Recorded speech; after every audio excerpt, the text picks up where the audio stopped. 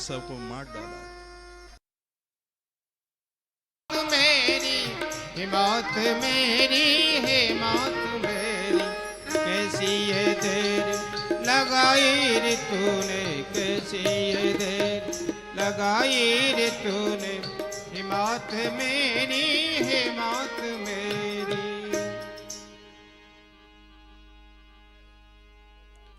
बोलिए बांके बिहारी लाल की जय हो, हनुमान जी महाराज की जय हो, झारखंड वाले बाबा की जय हो, जय जय श्री राधे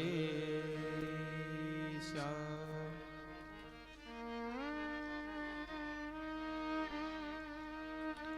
बड़ी देर के लिए लाइट चली गई।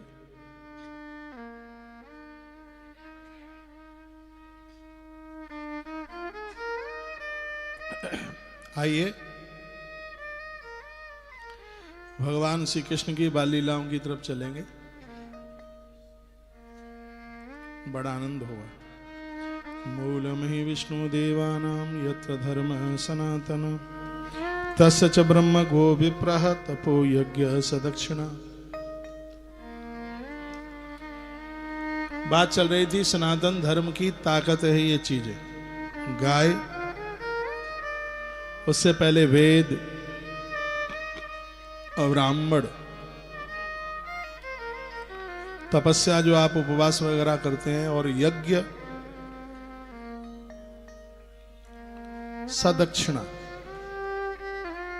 आ गई, जिसका नाम था पूतना। सुन ले, पूतना का अर्थ है पूताना अपि, जो पवित्र नहीं है उसे पूतना कहते हैं।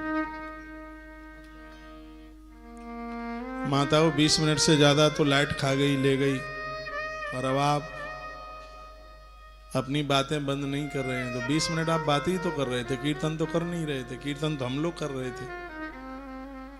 अब सुन लीजिएगा, टाइम काफी चला गया है, और वैसे भी 4 घंटा भागवत जैसी कथा के लिए बहुत कम पड़ता है।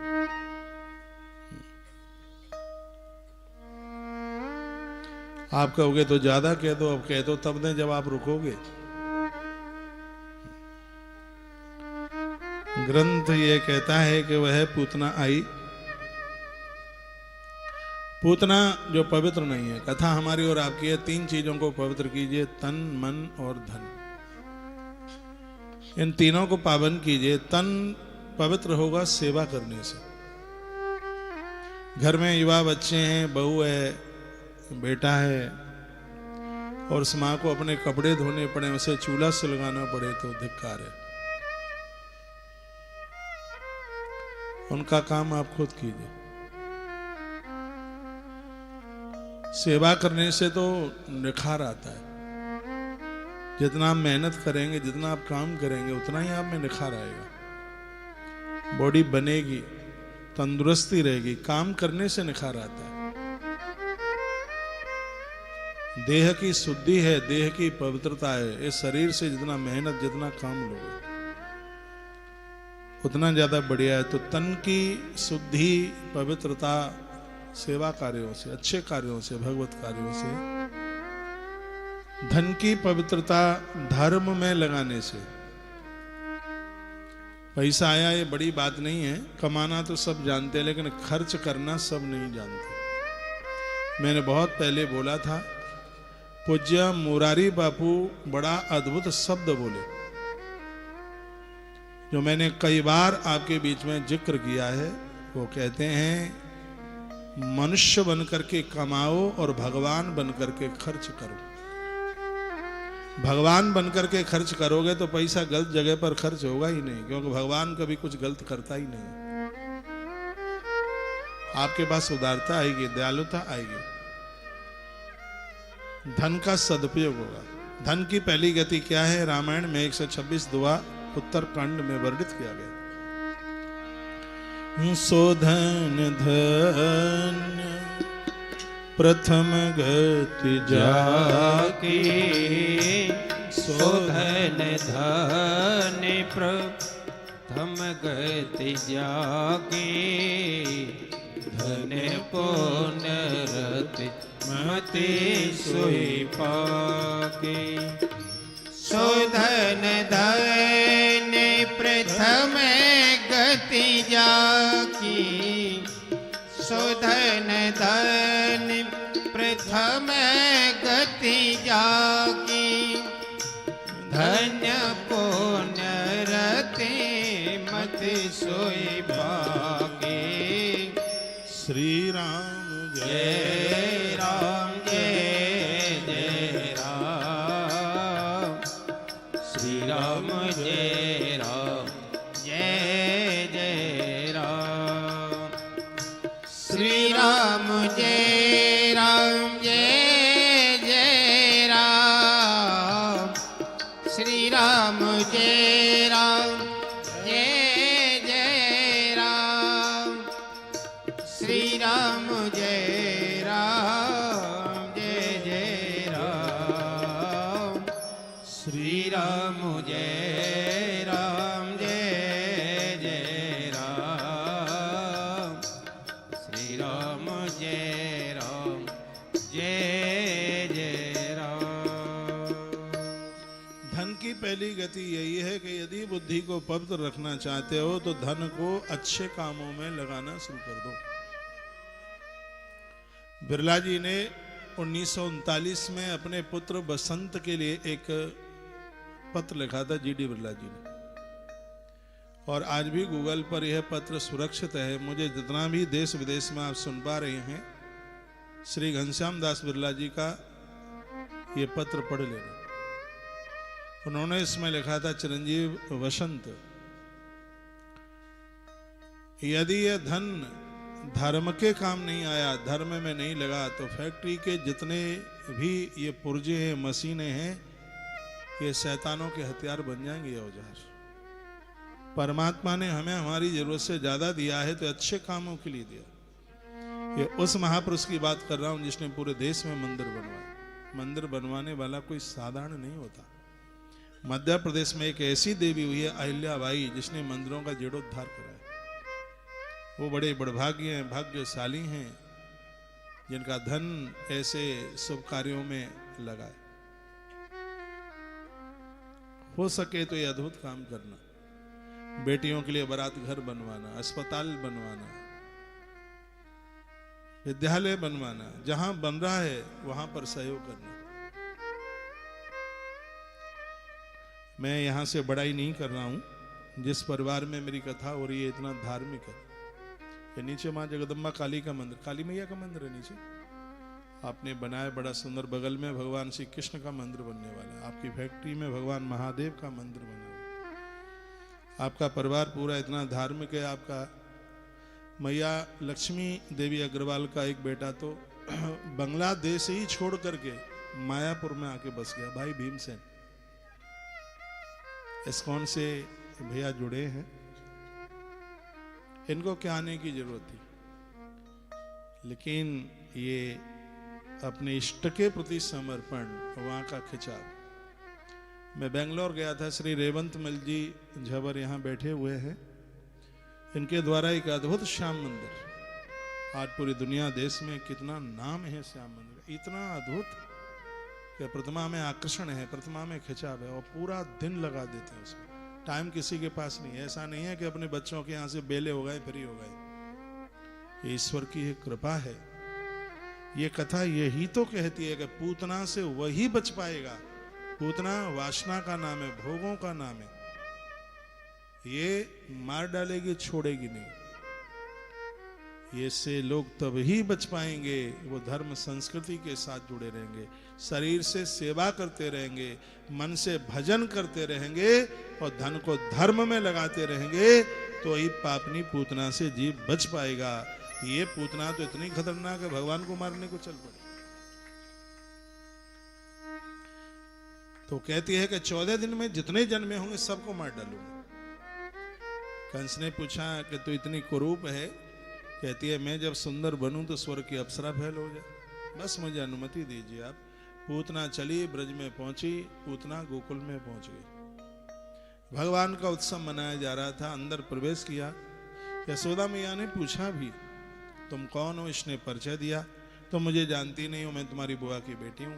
मुझे ये लगा कि मेरी बहन के यहाँ लला भयो है तो मैं हूँ बधाई देवे के ताई चलिए। यशोदा माँ बहुत बोली। सीधे लोगों के ही जीवन में भगवान चल करके आते। राम वनवास की बात आई थी, मंथरा ने कैकई को भड़काया। कैकई ने कहा कौशल्या जैसी तो नारी नहीं हो सकती, इतनी पावन। तो मंथरा ने पूछा मैं कैसे मानूं कि कौशल्या एक बढ़िया स्त्री है, वो सीधी है, सहज है। तो कैकई ने क्या जवाब दिया, ये इस बात का प्रमाण है यदि माता कौशल्या सीधी भोली भाली शुद्ध पवित्र न होती तो उसकी कोख से राम जैसा बेटा कभी भी पैदा नहीं होता। इस बात का प्रमाण है, ये वो बोली। यही कथा माता यशोदा बहुत सीधे, बहुत भोली। छल कपट बिल्कुल भी मत रखिए। दूसरों की तरह के उत्थान को देख करके कभी मत जलिए। ये दो चीजें बड़ी खतरनाक है, एक है राग और एक है द्वेष। जो है उसके ऊपर संतुष्ट नहीं है, दूसरों की तरक्की को देख करके कुड़ रहे हैं, जल रहे हैं। चाहे कितना भी कर लेना, भक्ति में कभी खुशबू नहीं आ सकती। एक बहुत अच्छे रामायणी हुए हैं, राजेश रामायणी, राम कथा कहते थे, वो इस समय दुनिया में नहीं है।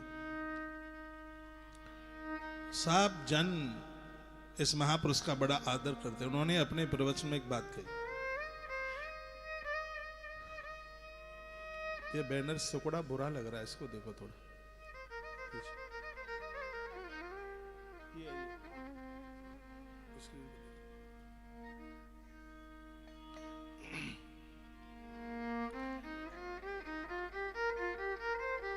तो उन्होंने कहा किसी व्यक्ति ने कुआं खोदा। सुनिए, हमारे और आपके काम में बात आएगी, काम में आएगी बात। पानी मीठा निकला और वह व्यक्ति अपने गुरुजी के पास पहुंचा, प्रणाम किया और कहा गुरुदेव आपकी कृपा से कुएं से पानी बहुत मीठा निकला है। पानी भी बड़े भाग्य से मिलता है, संतान भाग्य से मिलती है, बड़े पुण्यों से मिलती है संतान। संतान मिल गई है तो किसी ने कहा था सुत दारा और लक्ष्मी पापी के घर हो। पापी के घर में धुंधकारी जैसी औलाद हो सकती है, लेकिन श्रवण कुमार जैसे बच्चे तो किसी पुण्यात्मा के ही घर में आते हैं। ये बिना पुण्यों के नहीं आ पाए। अच्छी संतान, पानी बेटा पुण्यों से मिलता है। तो गुरुजी के पास पहुंचा, गुरुजी थारी कृपा से मारो तो जीवन सफल है। गुरुदेव इतना आनंद हो गया है, पानी मीठा निकला है, आप आते तो आपकी बड़ी कृपा होती। गुरुजी ने कहा कल आ जाऊंगा मैं। रात भर वो व्यक्ति इंतजार करता रहा। सुबह भोर में 4 बजे पहुंच गया कुएं पर, तो देखा कि कुएं में से दुर्गंध आ रही थी। ठीक से सुनिए, उसने पड़ोसियों को पूछा कि कुएं में से बहुत दुर्गंध आ रही है। तो किसी ने कहा कि 2 पिल्ले, पिल्ला जानते हैं, पिल्ला तो जानते होंगे, हाँ। तो 2 पिल्ले लड़ते लड़ते कुआं में गिर गए हैं, लगता है कि उनका शरीर फूल गया है। उस व्यक्ति ने कहा गुरुजी आने वाले, अब क्या करूं। कहा गंदे पानी को बाहर निकालना शुरू कर दे। तो उस व्यक्ति ने 4 बजे से पानी खींचना शुरू किया, 10 बज गए लेकिन कुएं की दुर्गंध खत्म नहीं हुई। उसने इत्र डाला तो भी दुर्गंध खत्म नहीं हुई। इतने में गुरुजी आ गए। गुरुजी ने देखा कि चेला पानी पानी हो रहा था पसीने के मारे। गुरुजी ने कहा बेटा क्या हुआ। तो चेले ने कहा गुरुदेव क्या बताऊं, कल रात को तो पिल्ला लड़ते कुएं में गिर गए, पानी गंदीला हो गया। 6 घंटा मैंने पानी खींचा है लेकिन कुएं की दुर्गंध नहीं गई। गुरुदेव ने कहा बेटा जिंदगी भर तो इस कुएं में से पानी खींचता रहे, इस कुएं की दुर्गंध नहीं जाएगी। क्यों? क्योंकि इसमें पड़े हैं पिल्ले। जब तक दोनों पिल्लों को तू बाहर नहीं फेंकेगा तब तक कुएं की दुर्गंध जाने वाली नहीं है। मैं कह रहा हूं हृदय भी एक कुएं की तरह है। जब तक इसमें राग द्वेष के पिल्ले पड़े रहेंगे, जिंदगी भर भजन करते रहना, भजन में सुगंधी नहीं आएगी, खुशबू नहीं आएगी। भजन में खुशबू आवे उसके लिए दूसरों से जलना बंद कर दीजिए, दूसरों से कुड़ना बंद कर दीजिए। जो मिला है भगवान का थैंक यू धन्यवाद करना आरंभ करें। भगवान को कहें कि प्रभु मैं ज्यादा मांगता नहीं, तू कम देता नहीं, और तूने मुझे मेरी जरूरत से ज्यादा ही दे दिया। फिर देखो भजन देखिए, फिर आप देखिए, फिर आनंद क्या आनंद आता। ये पूतना से, अपराधों से, वासना से बचने का तो यही उपाय। पूतना गई, भगवान ने देखकर इसको देखकर प्रभु ने अपनी आंखों को बंद कर लिया। मंदिर में तो हम और आप सब ही जाते हैं। बहुत लोग ऐसे होते हैं जिनका इंतजार भगवान करते हैं। कुछ लोग ऐसे भी पहुंच जाते हैं, कोई थोड़ा बहुत पुण्य उनका होता है, जिन्हें देख करके भगवान अपनी आंखें बंद कर लेता है। उन्हें देखना पसंद नहीं करता। तो भगवान ने पूतना को देख करके अपने नेत्रों को बंद कर लिया। क्यों? इसलिए पूतना बच्चों को मारने को आई है। बहुत लिखने लायक बात है। बच्चों को मारने के लिए आई है। जो बच्चों को मारे, गर्भ में बच्चों को मारे, छोटे बच्चों को मारे, भ्रूण हत्या करे, बाप, ये पाप नहीं, पाप का बाप है। ऐसे स्त्री पुरुष को देख करके भगवान अपने नेत्रों को बंद कर लेते हैं। सबको जीने का अधिकार है। कभी भी गर्भ की जांच मत कराना। भागवत जब पूरी होती है तो यदुवंश के वो बच्चे महात्मा दुर्वासा के सामने यही तो पूछ रहे थे कि बताओ इस बेटी को, इस स्त्री को बेटा होगा कि बेटी? अपने प्रारब्ध के ऊपर जीवन जीना है। बेटी हो रही है, आने दो उसको। लक्ष्मीबाई आ रही है, दुर्गावती आ रही है, कोई विशेष बेटी ऐसी आ रही है कि जिसका कन्यादान करके तुम्हारे पुरखे तर जाएंगे, कुल पावन हो जाएगा। उसको जन्म लेने दीजिए, उसको मारिए मत। ग्रंथ में लिखा है जो नारी गर्भ में बच्चों की हत्या करती है उसका श्राद्ध कभी पूर्वजों को नहीं लगता। वो कभी यज्ञ में बैठने की अधिकारिणी है ही नहीं। उसको यज्ञ में बैठने का अधिकार ही नहीं दिया गया। ये पाप नहीं, ये पाप का बाप है। ये गलती कभी भी भूल के मत करना। इस गलती में कुछ दोषी है। वो स्वयं में तो दोषी है ही, वो डॉक्टर भी दोषी है जो कत्ल कर रहा है, बच्चे का मार रहा है। उसका पति यदि इसके ऊपर जोर दे रहा है तो वह भी दोषी है। और कभी कभी ये घर की बूढ़ी माताएं भी बहुओं को बड़ा कोसती हैं। हमारे घर में तो ऐसी बहू आई है, बस बेटियों को ही पैदा करती है। क्या ये भी उसके हाथ में है? आपके घर में बेटी का जन्म हो रहा है, उत्सव मनाइए, ईश्वर की कृपा से कन्या आई है। उस ग्रंथ को भी देखिए जहां कहा गया जिसके यहाँ 9 बेटी आई। करदम के घर में 9 बेटी आई। माता देवहूति से करदम बोले मैं कितना बड़भागी हूं, 9 कन्याओं का मैं पिता बना। मैं कितना भाग्यशाली हूं। आकाशवाणी हो गई। आकाशवाणी ने कहा जो बेटियों के जन्म को देख करके प्रसन्न होता है भगवान उसके घर में आते हैं। इसलिए परमात्मा बेटा बन के आ गया उनके घर में। कपिल बन करके आए भगवान, उनके पुत्र बन के आए। आकाशवाणी हुई थी। बेटियों के जन्म पर आपको खुशी होनी चाहिए। बेटी नहीं है, किसी गरीब की बेटी ले लो। मुंह बोली भी बेटी होती है। सीता माता मुंह बोली बेटी ही तो है। द्रौपदी कौन है? द्रौपद राजा की मुंह बोली बेटी है। द्रौपदी तो यज्ञ कुंड में से प्रकट हुई है। जिसको तुम मान लो वो अपना है और ना माना तो अपना भी पराया है। बस मानना ही तो उसको। तो बच्चों को जो मारे भगवान उसे देख करके अपने नेत्र बंद कर लेते। पूतना बोल के आई थी ना कि जितने बच्चे सबको मैं मार डालूंगा। पूतना बनावटी भेष बना गया। ईश्वर के दरबार में जैसे हो वैसे ही जाइए, जैसे हो वैसे। स्नान के बाद सबसे पहला प्रणाम भगवान को करो। कंगा कंगी, तेल, सीसा, दर्पण, सब बात की बात है। सबसे पहले भगवान को वंदन, भगवान को पहले प्रणाम कीजिए। स्नान के तत्पश्चात जब व्यक्ति नहा के घुसल खाने से बाथरूम से बाहर निकलता है उसका माथा खाली होता है। और वो सुबह का भोर का समय ऐसा होता है दुनियादारी उस समय उसके मस्तिष्क में नहीं होती। और ऐसे समय में भगवान को एक बार प्रणाम किया गया 10,000 बार प्रणाम करने के बराबर है। और ये आप स्नान के बाद भगवान को प्रणाम और हाथ में 3 बार गंगा जल लेकर के आचमन कीजिए। ओम केशवाय नमः। केशवाय नमः संस्कृत का शब्द है केश, केशव, यानी इसमें का प्लस सब बराबर केशव, यानी ये शरीर जिंदा केशव से है। केशव जब हम कहते तो भगवान को कहते हैं प्रभु आपकी वजह से ही मैं जीवित हूँ। आपकी कृपा से आज की तारीख 21 नवंबर मैंने आपकी कृपा से देख लिया और मुझे विश्वास है कि कल का भी दिन आपकी कृपा से मैं देखूंगा। और ये बोल करके ओम केशवाय नमः ये उंगली अंगूठे के नीचे दबाई जाती है। ऐसे आचमन किया जाता है। आचमन के बाद में हाथ ऊपर नहीं ले जाया जाता। हाथ ऊपर ले जाया जाता तो व्यक्ति इतना पवित्र हो जाता है जैसे उसने स्वान के मूत्र को छू लिया हो, इतना पवित्र हो जाता है। कभी भी आचमन करके हाथ ऊपर लेकर के नहीं जाइए। 3 बार आचमन करना है। ओम केशवाय नमः। फिर कहा जाता है ओम माधवाय नमः। माधव मीन्स ज्ञान का भंडार। परमात्मा को कहा जाता है हे प्रभु मेरे पास जो भी जानकारी है, मेरे पास जो ज्ञान है, विचार है वो आपका दिया हुआ है, इसलिए तो मैं आपको स्मरण कर रहा हूं। माधवाय। घर में बच्चा जन्म ले और आपको नाम रखना हो तो राघव नाम रखना। जो कभी वंश वृद्धि को डूबने नहीं देता वो राघव है। और हर नाम का एक अर्थ है। मैं भगवान को प्रार्थना करता हूं जिन बहनों को संतान नहीं है, बहुत जल्दी उनके घर में संतान आवे, उसका नाम राघव रखना। कोई भी अक्षर निकले, जो निकले सो निकलने देना। जब भगवान से नाम जोड़ के रखा जाता है तो सब अक्षर शुभ ही होते हैं। कोई पत्रा पंचांग खोलने की जरूरत नहीं पड़ेगी। नाम रखना राघव, नाम रखना माधव, माधव नाम रखिए। ओम केशवाय नमः नाम केशव रखिए। ओम केशवाय नमः, ओम माधवाय नमः। और तीसरा शब्द भी बड़ा अद्भुत है, वो है नारायणाय नमः। नारायण का अर्थ होता है नार प्लस अयन। नार माने जीव, अयन माने निवास। जिस परमात्मा का निवास संसार के कण कण में है उसे नारायण कहते हैं। कितना प्यारा नाम है।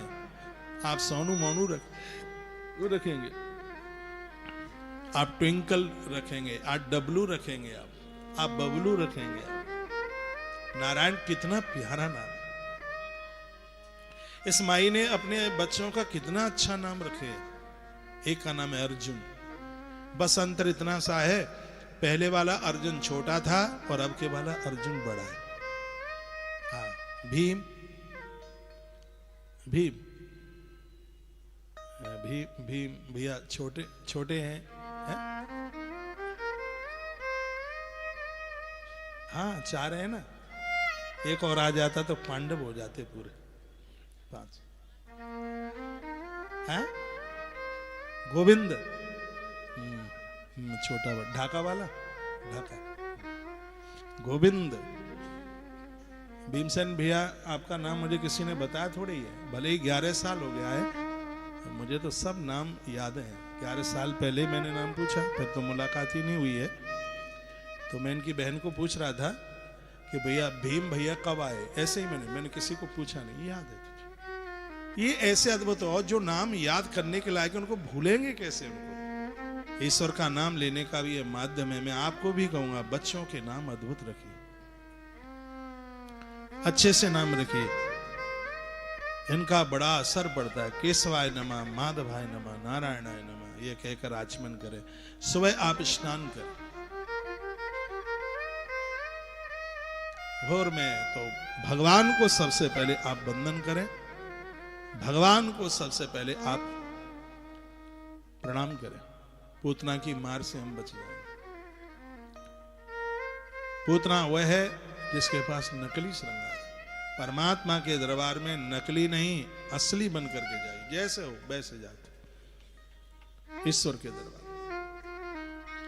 शादी शुदियों में आप जाते हैं तो वहां तो बनना ठनना पड़ता है, क्योंकि समाज का काम है। नहीं तो लोग कहेंगे करे उनकी बेटी के पास तो कोई अलंकार आभूषण भी नहीं है, क्या गांव जैसे कपड़े। लोग सबसे ज्यादा अपमान तो गांव का ही करते हैं। क्या क्या गवेड़े हैं, गांव के लोग हैं। भाई हम लोग तो गांव में ही जन्मे हुए। खूब लोग बोलते रहते हैं अरे वो तो ग्रामीण गांव के लोग हैं। एक बात मैं बताऊं आपको, गांव के लोग बहुत मोटे हैं, बहुत बहुत उदार हैं। पैसा तो उनके पास नहीं होता, लेकिन उनके अंदर की भावनाएं, उनके अंदर एक समर्पण हमने देखा।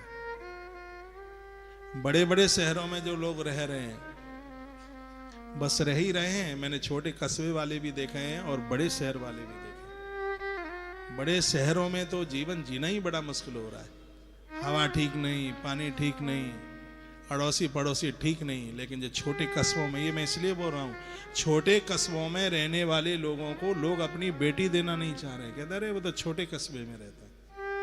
लेकिन छोटे कस्बों के मकान देखिए कितना विस्तार है, उनका व्यापार देखिए। भले ही दुकान परचूनी की है, लेकिन शहर के फैक्ट्री वाले को फेल करती है वो दुकान। छोटे कस्बे वालों के पास में है, उनके पास। तो ये कह करके ये ना कहें। एक बार जयकारा लगाइए। 2 माताएं बहुत जोर से खर्राटे से सो रही हैं और मेरे नाक के सामने बैठी हैं। बोलिए बांके बिहारी लाल की जय हो, श्री हनुमान जी महाराज की जय हो, आज के आनंद की जय हो। भगवान ने पूतना को देखकर अपने नेत्र बंद किए, क्योंकि पूतना सुंदर बन के आई। भगवान जगत को संदेश देना चाहते हैं, यदि कोई सुंदर स्त्री, सुंदर पुरुष आपको दिखाई दे तो नेत्र बंद करके भगवान का धन्यवाद करो। क्या कहो, हे प्रभु तेरे द्वारा बनाए हुए स्त्री पुरुष इतने सुंदर हैं तो इनको बनाने वाले भगवान ने जाने तू कितना सुंदर होगा। ऐसी भावना होगी, लोग संसार के अपराध से बच जाएंगे। यह संदेश भागवत जी ने दिया। तत्काल इसने प्रभु को लिया और उड़ान भरती अंबर आकाश की तरफ ले गई। भगवान इसके प्राण खींचे, धड़ाम से पूतना नीचे गिरी। ठाकुर जी इसकी छाती पर बैठे हुए हैं। सबसे पहले भगवान ने इसके विष को खींचा, उसके तत्पश्चात इसके प्राणों को खींच लिया और यह रोती बिलखती रही। इसके प्राण निकल गए पूतना के। कंसेन प्रयता घोरा पूतना बाल घातनी, कंस की ये भेजी गई ये पूतना, आज उसके प्राण चले गए। उसके ब्रजवासियों ने आग लगा दी वृक्षों में, धू धू करता हुआ पूतना का शरीर जलने लगा। सुखदेव स्वामी कहते हैं, परीक्षित जिस समय पूतना जल रही थी तो उसकी देह से बड़ी सुगंधी आ रही थी। परीक्षित जी ने कहा, गुरुजी पापी जले तो दुर्गंध आनी चाहिए और आप कहते हैं कि उसके देह से सुगंधी आ रही थी। तो सुखदेव मुनि ने कहा कि जीव पापी तब तक रहता है जब तक भगवान से उसका संबंध नहीं जुड़ा, और जब वो परमात्मा का हो जाता है फिर तो उपासना की खुशबू आती है उसके अंदर से। ईश्वर से जुड़ने का तो ये आनंद है। ये पूतना को भगवान ने वह धाम दिया जो कभी माता देवकी और यशोदा को भगवान ने दिया। ये कथा क्या सिखाती है? परमात्मा इतने दयालु हैं, जहर देने वाली पूतना को भगवान ने अपना धाम दे दिया। बस एक बात के ऊपर, कोई भजन नहीं, पूजा पाठ कुछ भी नहीं था। क्या था? उसने बस ये यशोदा को कह दिया था कि मैं इस बालक की मां हूं। बस उसने ये बोल दिया। इसलिए तो वो अपना दूध पिलाने को तैयार हो गई, मैं इसकी मां। और भगवान ने सोचा कि जो मेरी मां बनी है तो पुत्र को वही करना चाहिए जो पुत्र मां के लिए कर सकता है। इसलिए जो माता देवकी को और जो माता यशोदा को धाम दिया, वही भगवान ने मां समझकर पूतना को वही स्थान दे दिया। इतने बड़े दयालु हैं, विष देने वाली पूतना को भगवान ने धाम दे दिया। तो जो नित्य भगवान का स्तवन स्तुति करते हैं उन्हें तो परमात्मा अपने आप को दे देता है, कह देता है, माइक खोल भाई, कह देता है कि आज से हम तुम्हारे। ऐसे भगवान को लोग भूल गए हैं, इधर उधर भटक गए हैं। भैया वो तो बिना सींग और बिना पूंछ वाले वह पशु हैं। भगवान आ रहे हैं, बस आने ही वाले हैं। और उसके तत्पश्चात ये लीलाएं, ये कथाएं आगे के लिए पूतना का उद्धार हुआ। भगवान का एक दिन जन्मदिन मनाया गया। शास्त्रोक्त विधि से बच्चों का जन्मदिन मनाइए। आज की कथा में सीख के जाना कि बच्चों के जन्मदिन पर मोमबत्तियां नहीं बुझानी। मोमबत्ती का धुआं फेफड़ों को पकड़ता है, फेफड़े कमजोर होंगे। मोमबत्ती पहले जलाते हो और फिर उनको बुझाते हो। इसका धुआं स्वास्थ्य के लिए बिल्कुल भी ठीक नहीं है। बच्चों का जन्मदिन मनाते हैं तो दिए जलाइए। कितना दिया जलाएं? जितने साल का बच्चा हो गया उतना दिए जला दो। एक दिया चौमुखा जला दो, उसको माता पिता दोनों, दादा दादी से जलवाओ, कोई गुरु लोग आए उनसे जलवाइए। बच्चे के जन्मदिन पर बेढंग से बनाया हुआ केक नहीं, बच्चे के जन्मदिन पर गोगभ्य दीजिए उसको। हाँ, उसको हल्दी वाले दूध से स्नान कराइए। बच्चा हल्दी वाले वो उसे हल्दी वाले दही से उसको स्नान कराइए। बाल के ऊपर कुमकुम में हल्दी डाल करके, थोड़ा चंदन डाल करके, बाजार में गोरोचन मिल जाए तो वह भी डाल लेना, थोड़ा जल डाल करके इस उंगली से मिला करके उसके माथे पर खड़ा टीका कीजिए। उसके ऊपर चावल जरूर लगाइए। इससे बच्चों का आयुष बढ़ता है। बच्चे के भाल पर आप तिलक लगाएं तो पहले उसके सिर के ऊपर कुछ रूमाल वगैरह रख दें। जब बच्चे का आप जन्मदिन मनाते हैं तब उसका मुंह पूर्व की तरफ और तिलक करते समय आपका मुंह पश्चिम की तरफ होता है। उसको लकड़ी के पटे के ऊपर खड़ा करो, उसको आरती उतारो, उसको आप अपना आशीर्वाद दीजिएगा। दिए जला करके रखिए, इससे आपके बच्चे का आयुष बढ़ेगा। इस तरीके से आप जलाइए। हाँ, मैं नहीं कहता आप गुब्बारे ना फोड़ें। हाँ, इतना जरूर मैं कहूंगा कि गुब्बारों को खुद मत फोड़िए, इनको अपने आप फूटने दीजिए, इनको लगे रहने दीजिए तो अपने आप ही फूटेंगे। बच्चे को आप इस तरीके से यदि उसका जन्मदिन आप मनाते हैं बच्चे की कीर्ति बढ़ेगी, उसका यश बढ़ेगा, उसके लिए बड़ा आनंद होगा। मैया ने इस ढंग से अपने बच्चे का जन्मदिन मनाया। एक राक्षस कंस ने भेज दिया जिसका नाम था सकटासुर, और भगवान को मैया जी ने बैलगाड़ी के नीचे सुला दिया। घर में भीड़ ज्यादा थी, और जब घर में कोई उत्सव होता है तो वहां अपनी चिंता नहीं की जाती। ये नहीं है कि हमारा बेडरूम खाली नहीं होना चाहिए, बिल्कुल खाली होना चाहिए, तुम सो जाओ रसोई में जाके। आने वाले लोगों के लिए स्थान होना चाहिए, जगह होनी चाहिए।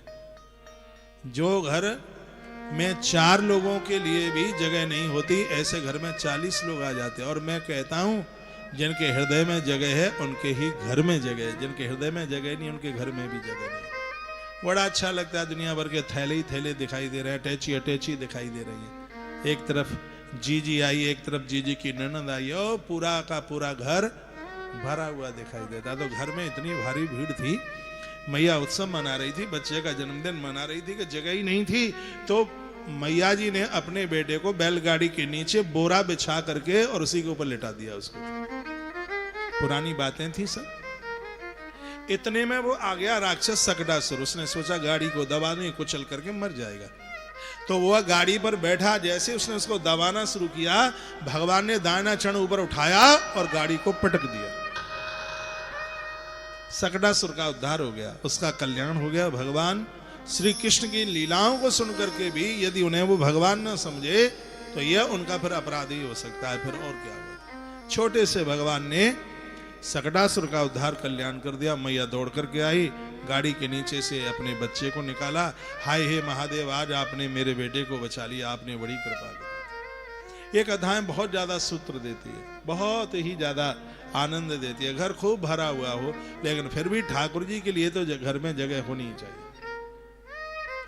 घर में 10-10 कमरे होते हैं, उनके लिए, भगवान के लिए जगह नहीं होती। भगवान या तो चूल्हे में, रसोई में कहीं होंगे, चौका वाली कोठरी में वहां पर होंगे, वहां तप रहे होंगे, या वो स्टेयर जो छीना जाता है उसके नीचे एक छोटी कोठरी रह जाती है, वहां मंदिर बना देते हैं। घर की बढ़िया से बढ़िया जगह हो, वहां मंदिर बनाइए। और मंदिर की जगह कितनी होनी चाहिए, आपके घर में जितने लोग हैं परिवार में, वो सब उस मंदिर में एक साथ बैठकर भजन कीर्तन और भगवान का नाम ले सकें, इतनी जगह होनी चाहिए। लेकिन मंदिर इतने बड़े बनाए जाते हैं, ठीक से बैठा जाए तो दीवार में घुटने टक्कर मारते, इतना होता। अपने कमरे तो खूब 15 बाई 16 बाई 20 के बड़े बड़े हॉल बने हुए, लेकिन मंदिर के लिए जगह नहीं है। घर के संस्कारों का पता मंदिर से लगता है।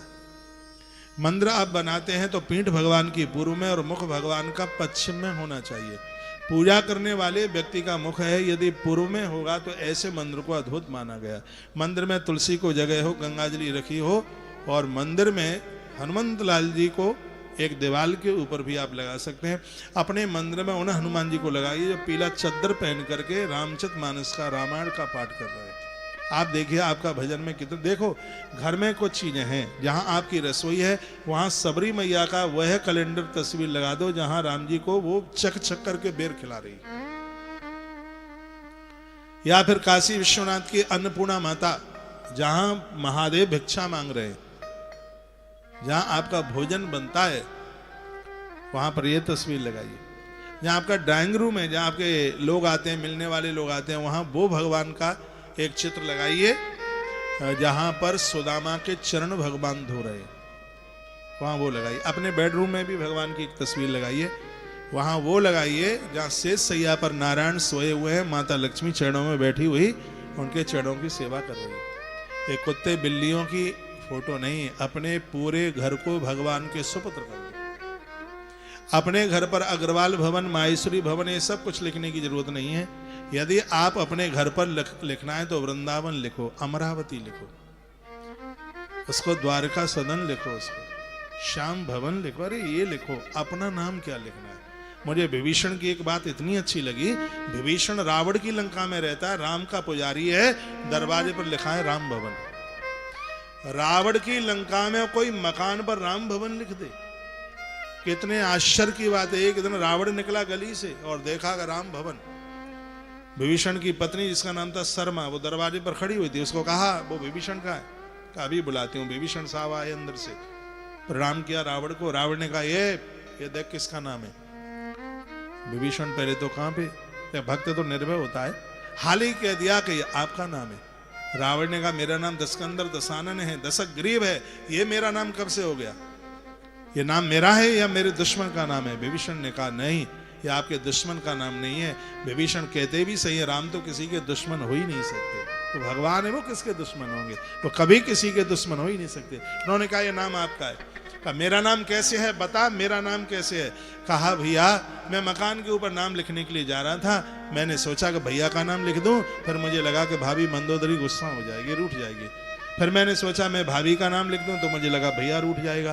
तो मैंने सोचा कि ऐसा कुछ उपाय करूं जिसमें भैया और भाभी दोनों प्रसन्न रहें। तो मैंने आपके नाम से पहला अक्षर ले लिया और भाभी के नाम में से पहला अक्षर निकाल लिया। आपके नाम से लिया रा और भाभी के नाम से लिया माँ। ये बस वही होशियारी देखो। गोस्वामी ने लिखा है रामा युद्ध अंकित ग्रह शोभा वर्णन जाए, नव तुलसी के वृंद तहां देख हर्ष कपराए। जिसके यहाँ तुलसी का वृक्ष होगा, जहां राम जी का नाम लिखा होगा, हनुमान तो उस घर को छोड़ करके ना जाए कभी भी।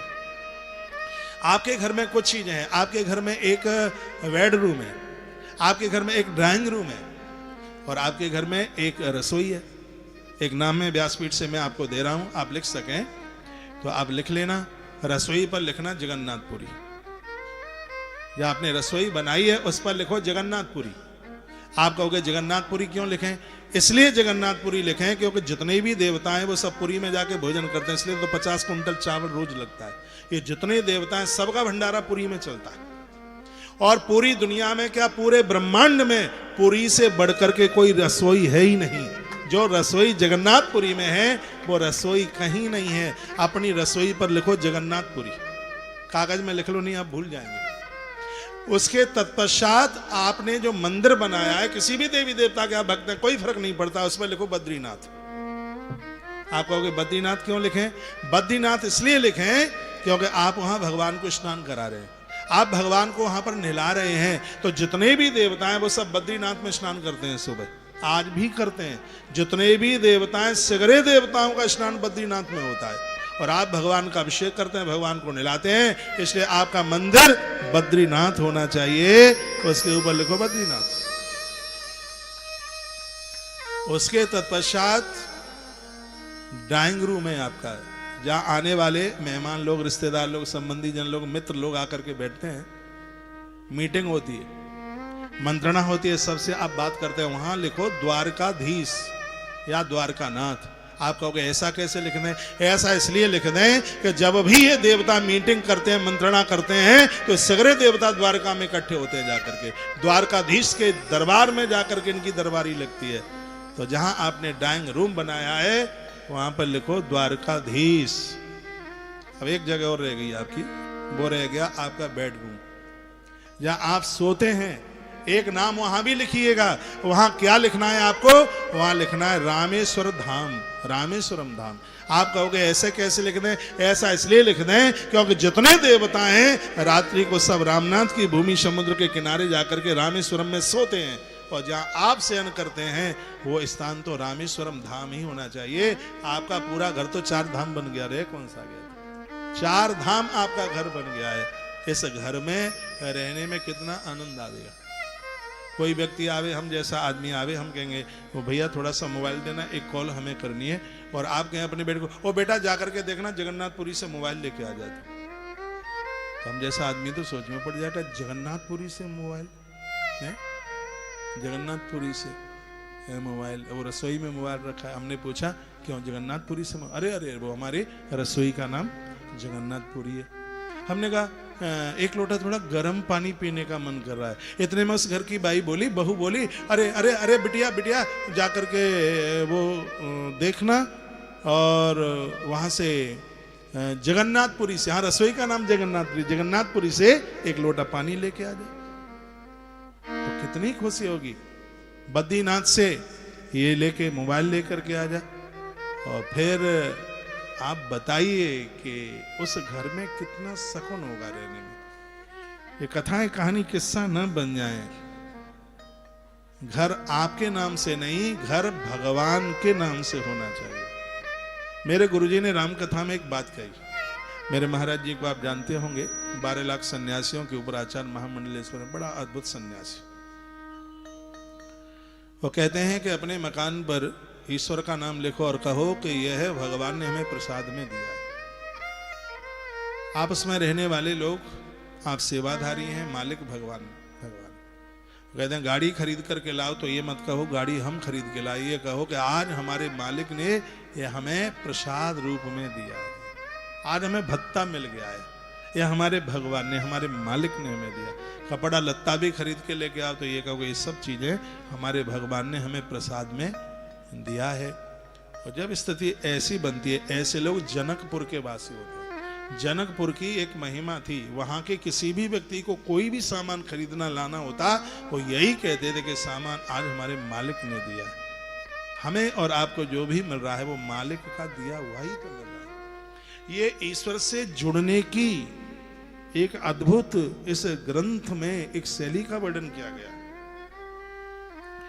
देखो जिंदगी जीने में कितना आनंद होता, और जो ऐसा जीवन जीते हैं उनका प्रत्येक दिन 365 दिन उसका उत्सव ही मन रहा है। जिंदगी की गाड़ी पलट जाएगी यदि भगवान को अपने आप से अलग कर दिया। सकटासुर आया, भगवान ने गाड़ी उल्टी कर दी,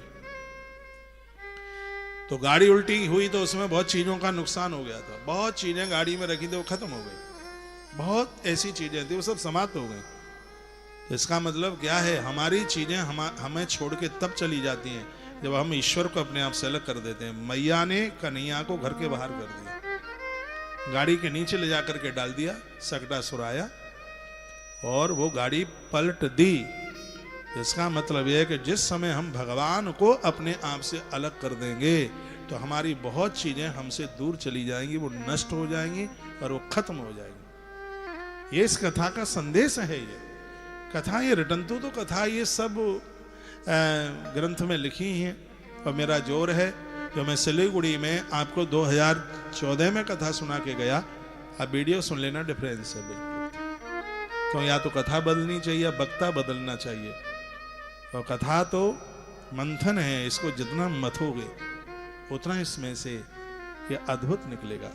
मैं एक बार फिर निवेदन करना चाहूंगा, यदि आप अपनी चीजों को बचाना चाहते हो तो भगवान को अपने पास रखिए। भगवान का मतलब ये नहीं गोपाल जी को छाती से लगाए लगाए घूमे, यानी सद्गुणों को अपने पास रखिए, सद विचारों को अपने पास रखिए, अपनी सहजता दयालुता को अपने पास रखिए।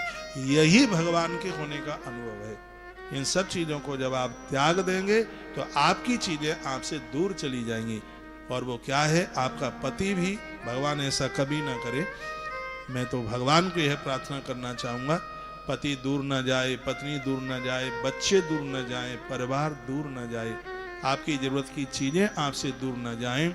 यदि भगवान हमारे नजदीक है तो सब चीजें हमारे पास हैं, और जिस दिन परमात्मा हमारे यहाँ से चला गया तो ये सब चीजें भी हमारे यहाँ से सब खिसक जाएंगी।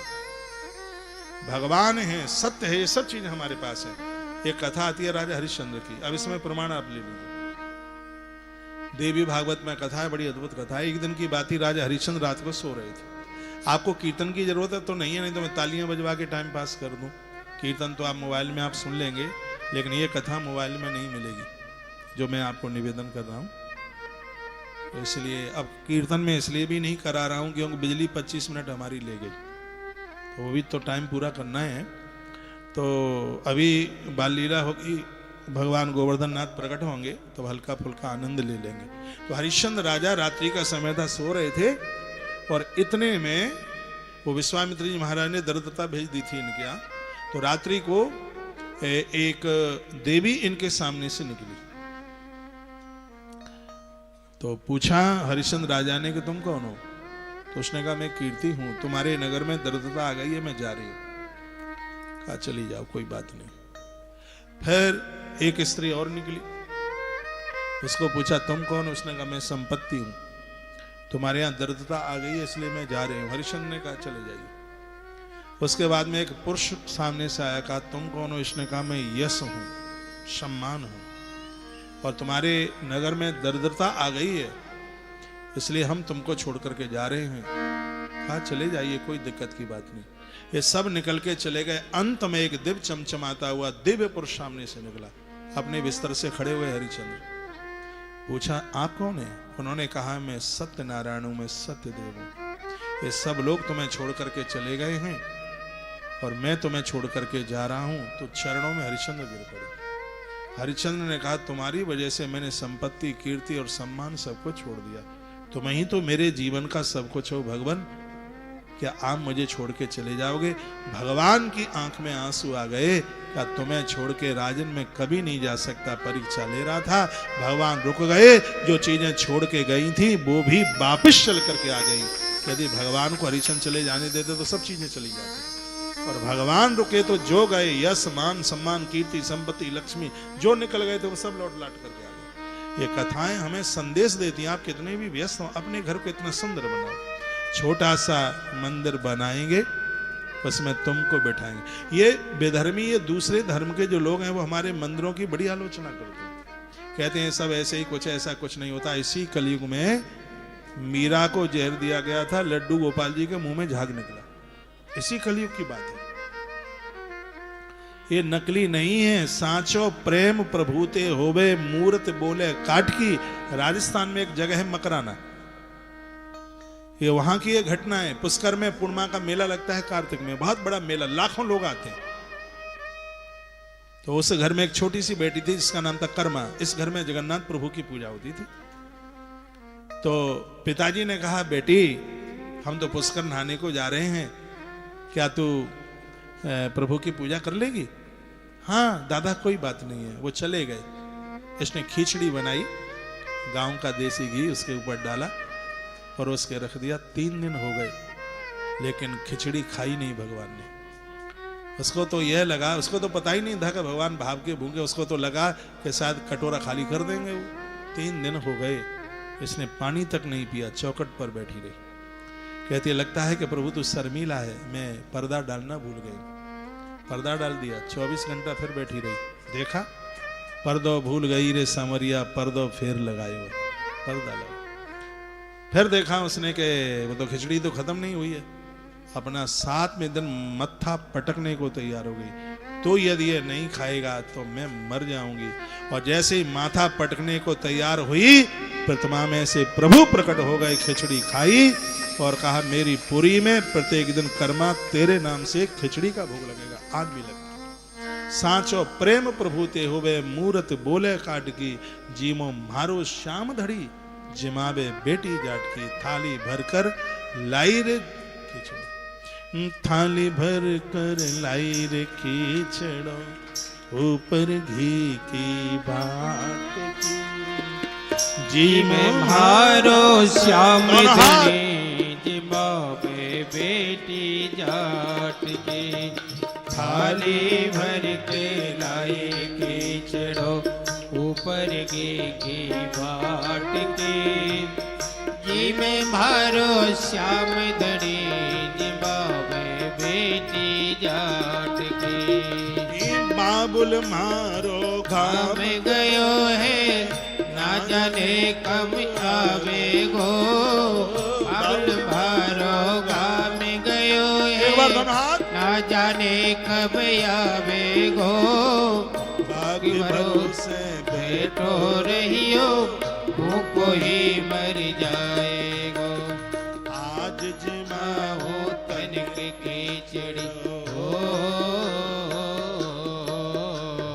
आज जिमाओ तनिक खिचड़ो, काले रावड़ी बाट की। जी में मारो श्याम धड़ी, जिमावे बेटी जाट की।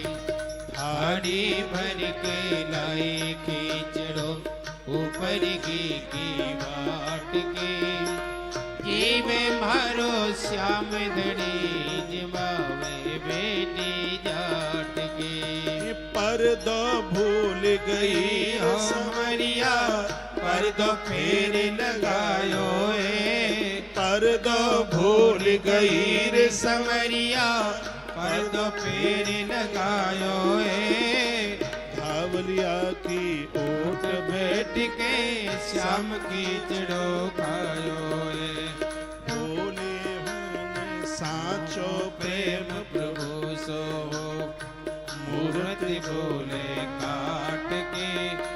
जी में मारो श्याम धड़ी, जिमावे बेटी जाट की बड़े भर के लाई खींचड़ो ऊपर की बाट की जीवे मारो श्याम धनी जिबावे बेटी जाट की भक्ति हो तो करमा जैसी सामरिया घर आवे गो भक्ति हो तो करमा जैसी सामरिया घर आवे गो कौशिक भगवत कार प्रभु के हर्ष रस गुण गावे गो भक्ति हो तो करमा जैसी सामरिया घर आवे गो भक्ति हो तो करमा जैसी सामरिया घर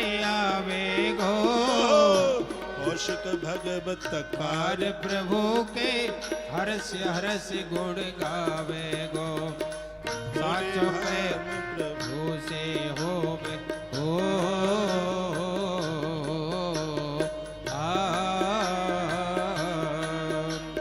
भक्ति हो तो करिबा जैसी सामरिया घर आवे गो ये पंक्ति सब बोलिएगा, आनंद होगा। भक्ति हो तो करिबा जैसी सामरिया घर आवे गो भक्ति हो तो करिबा जैसी। आपने कभी राजस्थान की यात्रा की है? एक बार हमारे राजस्थान आप आइए, बड़ा अद्भुत है। सालासर बालाजी के दर्शन कीजिए, खाटू श्याम बाबा के दर्शन कीजिए। स्वयं सुवर्चा नाम के यक्ष धरती पर बर्बरीक बने, कुबेर के कोषाध्यक्ष हैं, वो धरती पर आकर के बर्बरीक बने और उन्हें वरदान यह मिला है, जो तुम्हारे दरबार में आएगा उसका कोष कभी खाली नहीं होगा। श्याम बाबा का भक्त बहुत धनवान होता है, मन का बड़ा धनी होता है।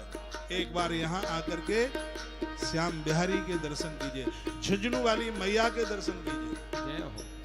ऐसा राजस्थान, एक तरफ कैला देवी,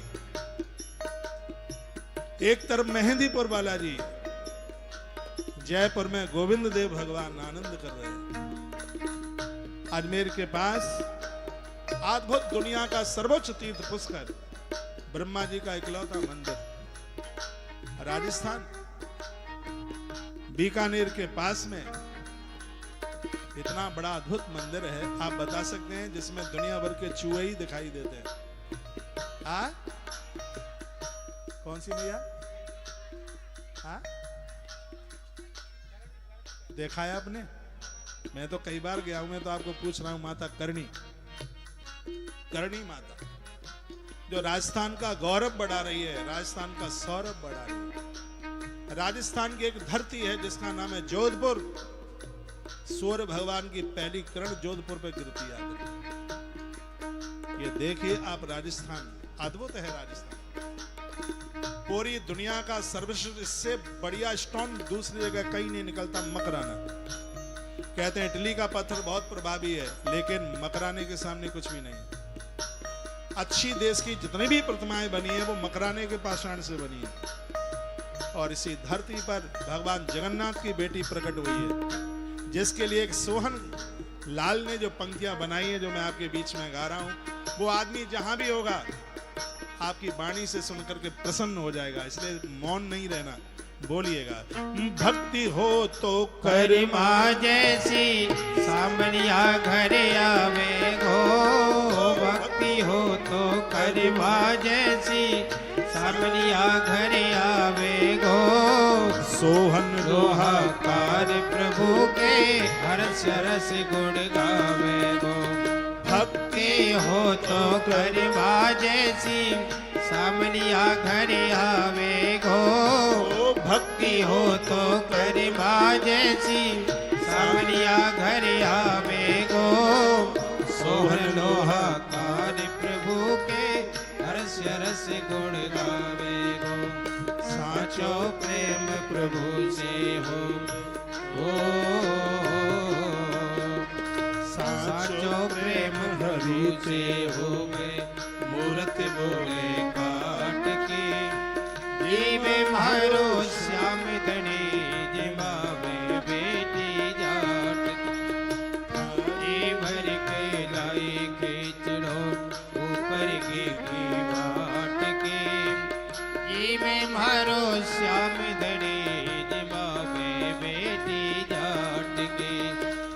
हरी भर के लाए खींचड़ ऊपर की बाट के जीवे मारो श्याम धनी जिमावे बेटी जाट के।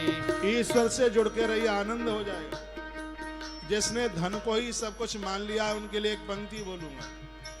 दुनिया के धनवानों सुन लो, एक दिन ऐसा आएगा। दुनिया के धनवानों सुन लो, एक दिन ऐसा आएगा। धन दौलत और माल खजाना यही पड़ा रह जाएगा। दुनिया के दीवानों सुन लो, दुनिया के धनवानों वानों सुन लो, एक दिन ऐसा आएगा।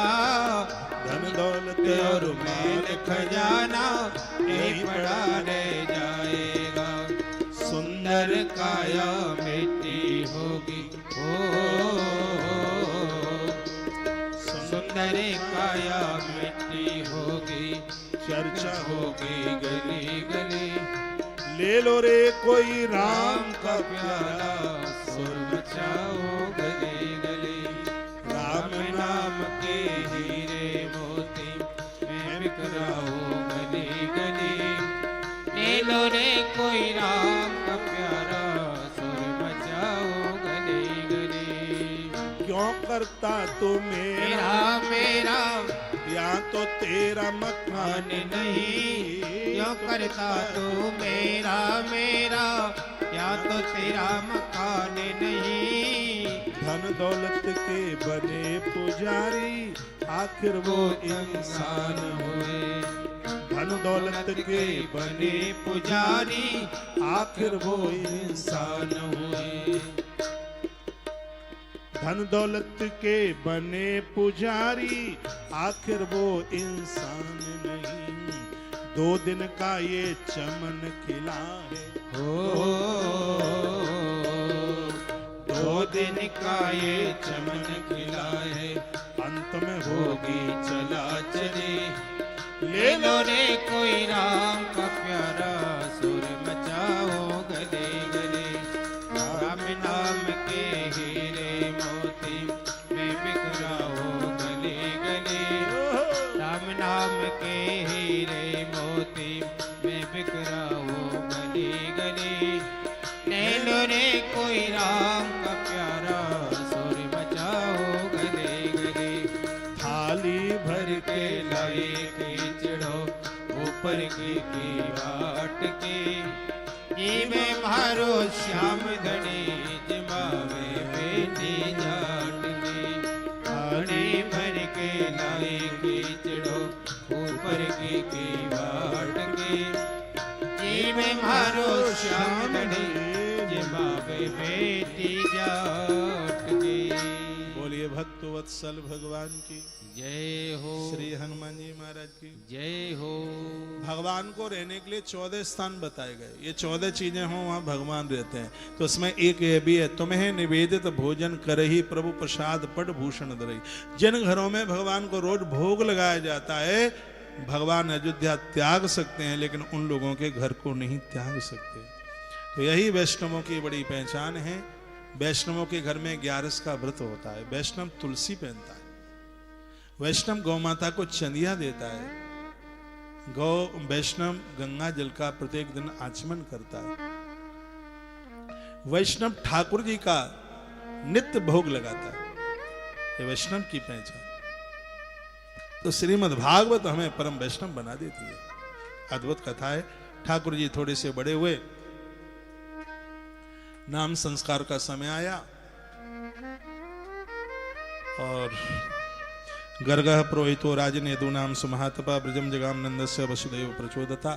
वसुदेव जी के कहने से गर्गाचार्य जी आए। बच्चों के नाम अपने मन मुताबिक नहीं, शास्त्रोक्त विधि से किसी गुरु महापुरुष के मुंह से बच्चों का नाम संस्कार कराइए, क्योंकि 16 संस्कारों में से ही नाम संस्कार एक है। तो श्री गर्गाचार्य जी आए। गर्गाचार्य जी के चरण छुए गए, धोए गए, बंदन पूजन किया गया और गौ सदन में गौशाला में नाम रखा गया। लेकिन अलक्ष्य तो इसमें रहेसी मामे केरप गो ब्रजे। नंद बाबा ने कहा आचार्य जी आप चुपचाप एकांत गौशाला में स्वस्ति वाचन के साथ और आप बच्चे का नाम संस्कार कर दो। नंद बाबा ने उस समय नहीं मानी।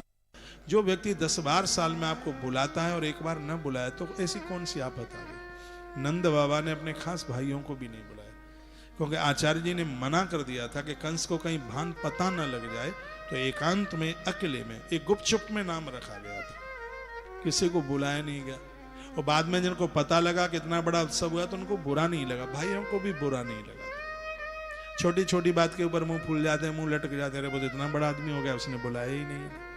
तो ये कथा का यह भी एक बड़ा अद्भुत संदेश है। अलक्षितो अस्मिन् रहसि, एक रहस्य के साथ में भगवान का नाम रखा गया, नाम संस्कार किया गया, किसी को नहीं बुलाया गया और नाम शकल देकर, सूरत देकर, उसके गुणों को देख करके और ये नाम रखा गया। अहम क्या कहा गया, अहम ही रोहिणी पुत्रो रमेन सुहृदयी गुड़ई, जिनको जन्म माता रोहिणी ने दिया है और बड़े गोरे हैं, बड़े सुंदर हैं, इनके अंदर बड़ी गुणवत्ता है।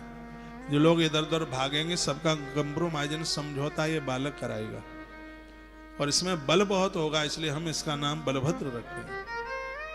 बलभद्र, हल कंधे पर होगा। बड़ी लंबी कथा है। बलराम जी के पास हल ब्रह्मा जी ने लाके दिया था और बलराम जी के पास जो हल था ये वही हल था जो त्रेता में महाराज जनक ने खेत की जुताई करने पर माता जानकी को प्रकट किया था, ये वही हल था। एक कथा थी, बहुत संक्षेप में मैं आपको सुनाई देता हूँ। पहले जब विवाह होते तो मंडप के नीचे दूल्हा भोजन करता था, तो उसके 2-4 मित्र भी होते थे, तो दूल्हा रूठ जाता था भोजन करने से पहले। आप रूठे होंगे, आपको पता हो तो वहां कुछ मांगता था, है गांवों में दूल्हा रूठता तो साइकिल मांगता था गांवों में, और उससे पहले दूल्हा रूठता था तो भैंस मांगता था। हाँ भैंस, और भैंस दी जाती थी, उसकी सास भैंस देती थी दूध की, दुधारू भैंस, उसके लिए वो रूठता था, भैंस चाहिए। और उसको कुछ न कुछ, कभी कभी वो अंगूठी के लिए रूठ जाता था। गले में वो क्या बोलेंगे, लर बोलते हैं, चैन को क्या बोलते हैं हिंदी देहाती भाषा में, वो अंगूठी के लिए और चैन की जंजीर के लिए वो दूल्हा रूठता। और पूरी गली में हल्ला हो जाता कि रामा देवी का दामाद है वो अंगूठी के लिए रूठ गया है। तो फिर उसको मनाया जाता, उसकी ठोड़ी पर हाथ लगाया जाता, बेटा अगली विदाई पर आओगे तब हम अंगूठी दे देंगे। वो कहता नहीं मैं नहीं खाता, भले ही भूखा है कितना भी, लेकिन वो रूठता था। फिर उसको दिया जाता था और फिर वो खाता, बड़े प्रेम से खाता था। वो जमाना था। फिर थोड़ा सा टाइम चला, गांवों में शादी में वो दूल्हा रूठता था, काय के लिए, राजदूत मोटरसाइकिल चाहिए। राजदूत मोटरसाइकिल चलती थी उस समय, तो उसके लिए वो रूठता।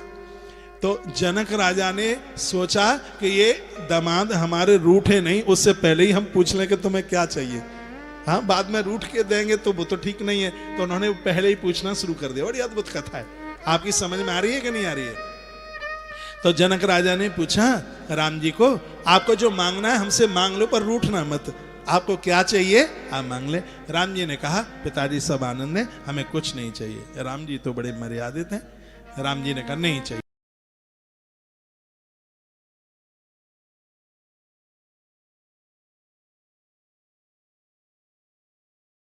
लक्ष्मण की तरफ बढ़े तो जनक जी ने कहा मांग लीजिए। तो लक्ष्मण ने कहा पहले इन सबको फ्री कर दो, हाँ पहले मेरे छोटे भाई को भी पूछ लो, उसको तो कुछ नहीं चाहिए, जब ये सब ले ले बाद में मुझे पूछ लेना। शत्रुघ्न जी को मांगा, वो तो मौनी महात्मा ठहरे, वो तो कुछ बोलते ही नहीं है, और ससुराल में तो बोलने का कोई मतलब ही नहीं था, इतने वो मर्यादित हैं शत्रुघ्न।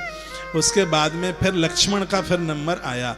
तो राम जी ने कहा पिताजी जब हमें नहीं चाहिए तो मेरे अनुजों को भी नहीं चाहिए, आप क्यों परेशान हो रहे हैं। इतने में लक्ष्मण ने कहा ये तो सब महात्यागी हैं, इनको किसी को नहीं चाहिए, लेकिन मुझे तो चाहिए। और जब ससुराल से भी न लें तो फिर कहाँ से लेंगे। ससुराल से चीज मिलती है तो लोग बड़े प्रसन्न होते हैं। हम बड़े छोटे छोटे हुआ करते थे, एक व्यक्ति को ससुराल में से घड़ी मिली, वो सबको दिखाई दिखाई घूमता है और ये अपनी कोहनी की कमीज ऊपर कर लेता है कि ये घड़ी सबको दिखाई दे। वो कहता है कि मेरी घड़ी कभी बंद नहीं होती। कहा क्यों नहीं होती, ये हमें हमारी ससुराल से मिली है इसलिए बंद नहीं होती। वो बड़ा खुश होता है। तो लखन लाल ने कहा कि ससुराल से भी न ले तो फिर कहाँ से लेंगे, हमें तो जरूर चाहिए। क्या चाहिए लक्ष्मण बोल दो। कहा आप बिल्कुल दे दोगे। हाँ हम बिल्कुल दे देंगे।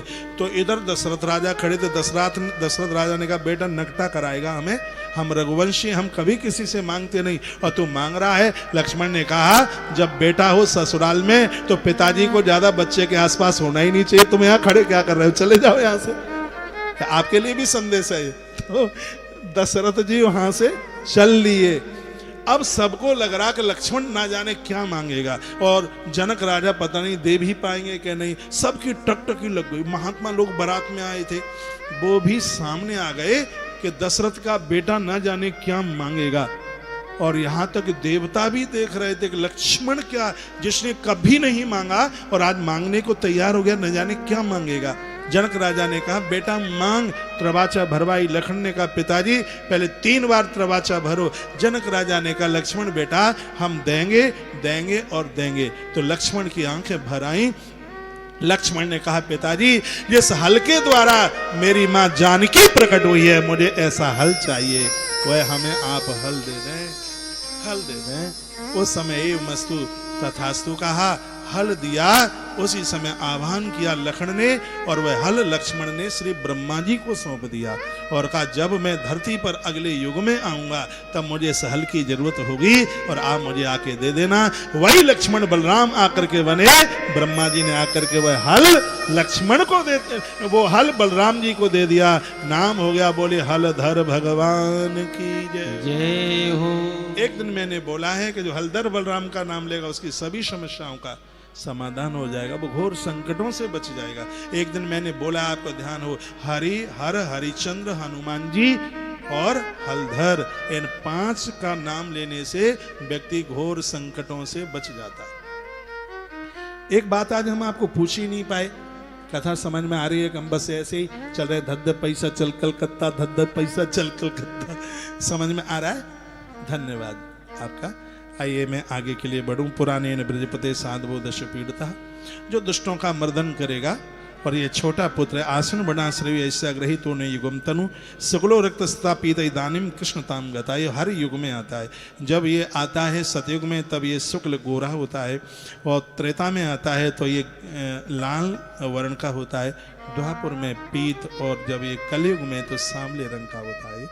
और फिर कहा प्राग्यम वसुदेवस्य कुछ जातास्ता आत्मा जहा, ये वसुदेव का पुत्र होने की वजह से इसका नाम वासुदेव होगा। तो मैया बगल में बैठी थी, मैया ने कहा तो हमारा बेटा नहीं है, तो क्या वसुदेव का है? तो भगवान ने अचक से नोच लिया गुरुजी को। कहा गुरुजी ये बताओ नाम रखने को आयो कि हमारी पोल खोलने के लिए आयो? हमारी लीला एक भी पूरी नहीं हुई, आप कहते हैं कि वसुदेव का पुत्र है। गुरुजी ऐसा नहीं कीजिए। तो गुरुजी ने हाल ही भाषा बदल दी। कहा ये पहले कभी वसुदेव जी का पुत्र रहा होगा, लेकिन मैया आज तो ये तेरा बेटा है, ये नंद नंदन है, यशोदा नंदन है, ये मधुसूदन है। और एक नाम गर्गाचार्य जी ने बड़ा अद्भुत रख दिया और वह है कृष्ण। कृष्ण। आप किसी भी देवी देवता के भक्त न हो, भक्त भले ही हो, लेकिन भगवान श्री कृष्ण का नाम जरूर लीजिए। इस कलयुग में गोविंद का एक बार नाम लेने से, कृष्ण का एक बार नाम लेने से 10 अश्वमेध यज्ञ करने का फल प्राप्त होता है। कृष्ण के नाम की इतनी बड़ी महिमा। हरे राम राम राम हरे हरे, हरे कृष्णा कृष्णा कृष्णा हरे हरे। ये एक ऐसा नाम है, चलते फिरते उठते बैठते खाते पीते लड़ते झगड़ते हर क्षण हर पल चैतन्य महाप्रभु ने, इस्कॉन के प्रभुपाद स्वामी जी ने बड़ा प्रचार किया था। इसमें कृष्ण और बलराम दोनों का नाम है कन्हैया। इसमें जो राम है वो बलराम जी के लिए, लेकिन इसको हम लोगों ने ऐसे भी माना कि इसमें जो राम है वो मर्यादा पुरुषोत्तम प्रभु श्री राम है, इसलिए राम के भक्त हैं तो इसको बोलते हैं हरे राम राम राम हरे हरे, हरे कृष्ण कृष्ण कृष्ण हरे हरे। जो कन्हैया के भक्त हैं वो पहले कहते हैं हरे कृष्ण कृष्ण कृष्ण हरे हरे और हरे राम राम राम हरे हरे।